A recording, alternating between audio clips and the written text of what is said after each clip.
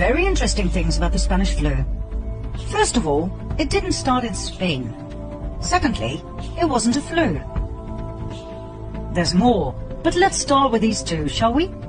If it didn't start in Spain, then where did it? In the US. If it wasn't a flu virus, what was it? It was a bacteria that caused severe and in most cases lethal pneumonia.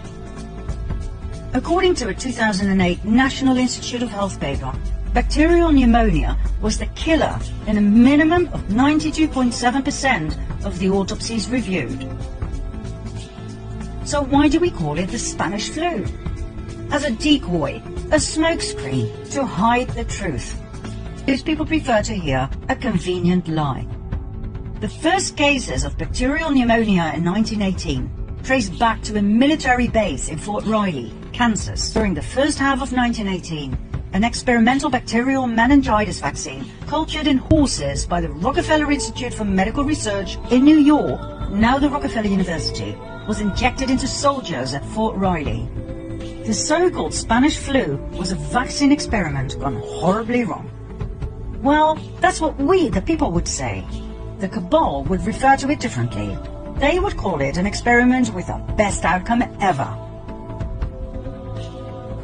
Millions of American soldiers were vaccinated with this experimental serum. 2 million of them went overseas. They fought under poor sanitary conditions, so the bacteria spread like wildfire wherever they went. The story was then spread that these soldiers would come home with all sorts of European diseases, so the American population was vaccinated as well. On top of everything else, the vaccines were distributed all over Europe. Only the vaccinated died. Healthy men and women in the prime of their lives died, not the elderly, as would have been the case if it were a flu virus. Who was in charge of that distribution and mass vaccination program? The Rockefeller Institute. Who was the main scientist in charge? Dr. Frederick Gates. According to Gates, they injected random dosages of an experimental bacterial meningitis vaccine into soldiers. Those who survived became cloud adults, meaning they spread the bacteria to others, even the non-vaccinated. Amazing coincidence, right? Frederick Gates then, Bill Gates now.